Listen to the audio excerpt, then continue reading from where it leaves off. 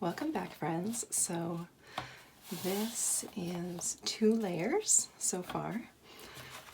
So I certainly welcome you to start looking for things. You know, what do you see in all of this chaos? It's always kind of fun. Like we don't use our imaginations that much.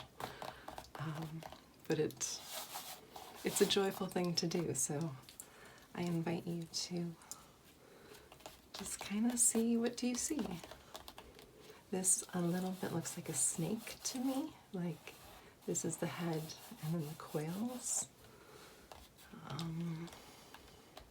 This looks like 2 eyes and a mouth there. So maybe like an owl creature. But there's not a lot happening so far.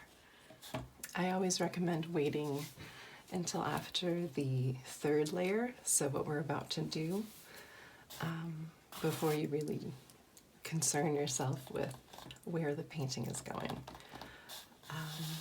We're still very much in the play mode right now, so that's what we're focusing on, is just kind of the fun of that and see where this leads us. So I want to show you another little trick that I think can be useful, but I need to find colors. Here we go.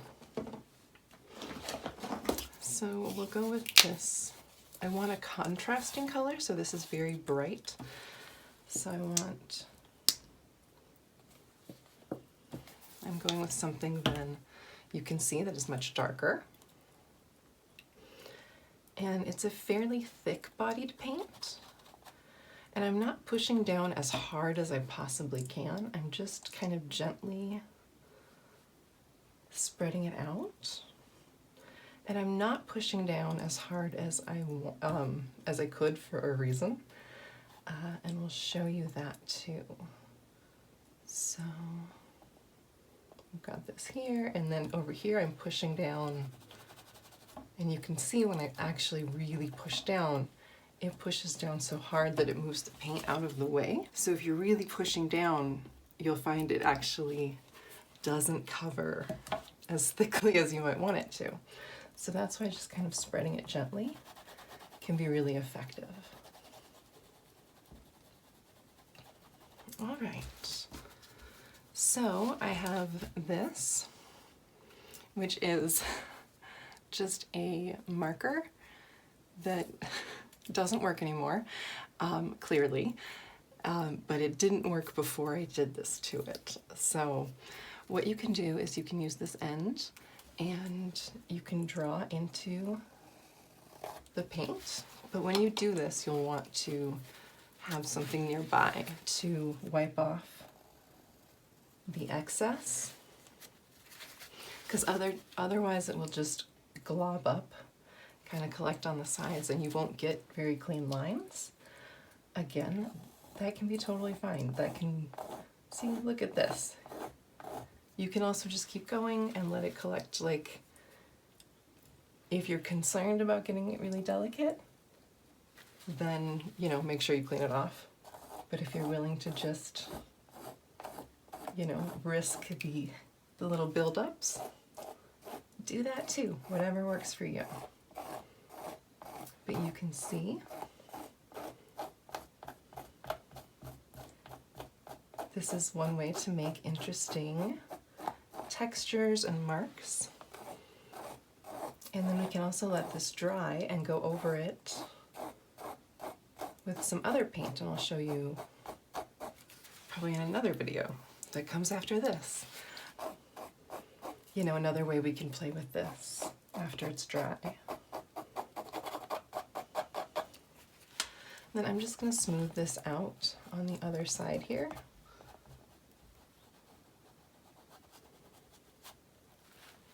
So we actually have almost a clean line on the top edge there. And then just kind of blending it into the rest of the canvas.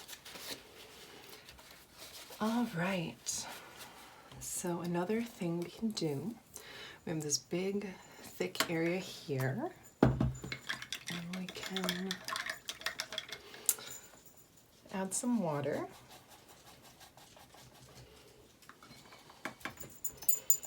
So I'm just kind of using my brush to just bring over extra water, and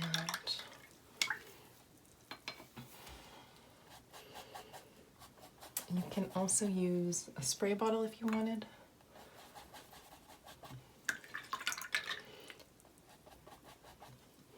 And then we can allow it to drip and just get some interesting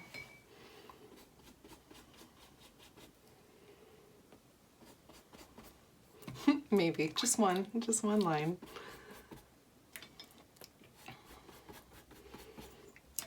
It's refusing to be interesting. Here we go. And as you can see, the more water we add, the thinner the paint gets. So it's thinner to work with, and it's also more see-through, so it's more translucent. And I'm going to just wipe up some of the bits that I don't want. And there we go. So I just went in here with a little bit of paper towel and lightly tap, and the lighter you tap, the less you pick up. And so you can kind of gradate in by really pushing down over here, and that'll really pull up a lot. Or just a little to just kind of lighten it in spaces. And you can use it intermittently. It's getting pretty dry, so it's hard to work with too much now, but you know, there's just other ways you can remove paint to make marks as well. Since we're crossing this really dark area, I want to contrast with it a bit. So I'm using this sort of beige color that I just dripped right there. And I'm just bringing in a bit of, actually, we're gonna glob it in.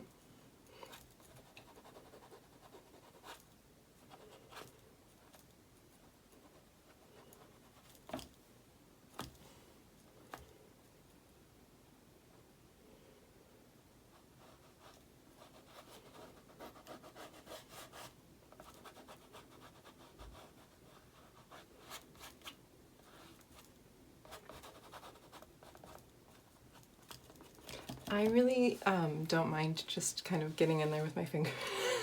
Nope. I don't mind getting messy with it. I think that's kind of part of the fun, but if it bothers you, by all means, you know, you can use gloves.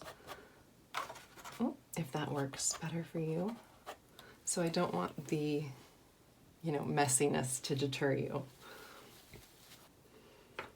Okay, so this is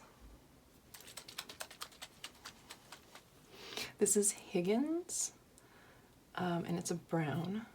It's fade-proof pigmented drawing ink. So I normally refer to this as ink, where there's like these kind that are a little more opaque, and you can hear they're kind of watery. But these I refer to as acrylic inks. I don't know if that's actually accurate. Oh, yep, yay, hey, check it out, I won. So yeah, these are acrylic inks. And what I've noticed is the difference between, let's say, these Higgins guys and the acrylic inks is these ones are translucent, where these are opaque, so you can see through these ones a little bit, even the dark ones sometimes. Where these, you can't see through. So they'll cover up whatever you're painting with. The other thing is these ones, if you put it down, even if you let it dry and you paint over it, anytime it gets wet again, it seems to reignite the pigment and the pigment will sort of come to the surface. So where most of the time you can paint over something and it just kind of stays down. it stays on its layer. With these, they always kind of keep coming up. So that being said, let's throw some on here.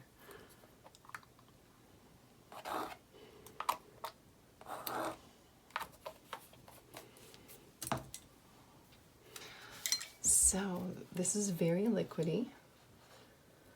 I'm just making it, a little more so with my brush, but that's mainly to just kind of keep the paint flowing smoother, smoothly longer.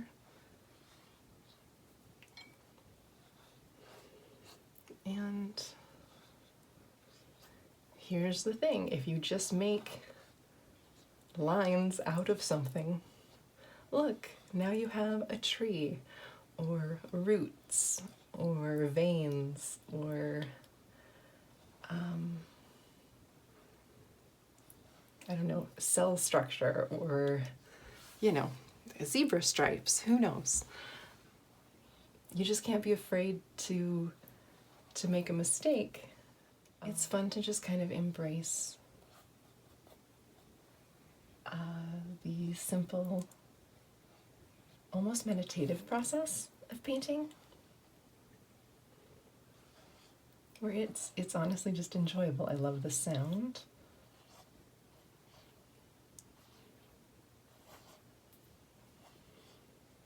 I love the way that the paint gets more translucent towards the edges.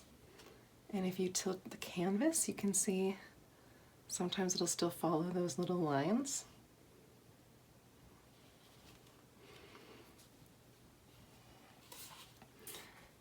And just looping it around, this makes new interesting shapes.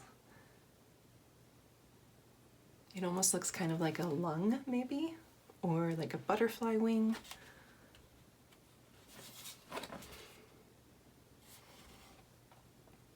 So again, this is just where you let your imagination kind of play and, see what you see. And if you don't see anything, that's fine. And also, if you just prefer to work fully abstract, by all means, do so. There's beauty in all of that.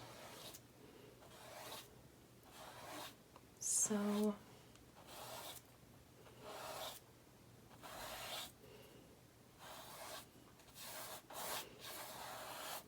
right now, I'm just kind of trying to just keep playing. I'm adding some bigger areas of color to sort of calm down the piece a little bit. So it is a bit intense with all that color, which I also really enjoy. But at least for this layer, I'm wanting to tone it down. So I'm definitely keeping bits I like. So I really enjoy this maroon and kind of mustardy color, ochre. And I like what's happening here, this little weird bit. And all this is very enjoyable to me, so we'll see kind of where it goes from there. But you'll see how even though there is color variation within the tan here, because it's mingled with the green, because it was still wet, and a bit of the brown here too got picked up. But all that gives it a very nice gradation within itself. So just that hint of extra color in certain spots really provides a depth to it that you wouldn't necessarily realize. And so you don't have to make things just one solid color. You can really sort of do an implied light area and let the colors within that be a little more varied. I hope that made sense. I feel like that was kind of perhaps a bit of a strange way to explain that.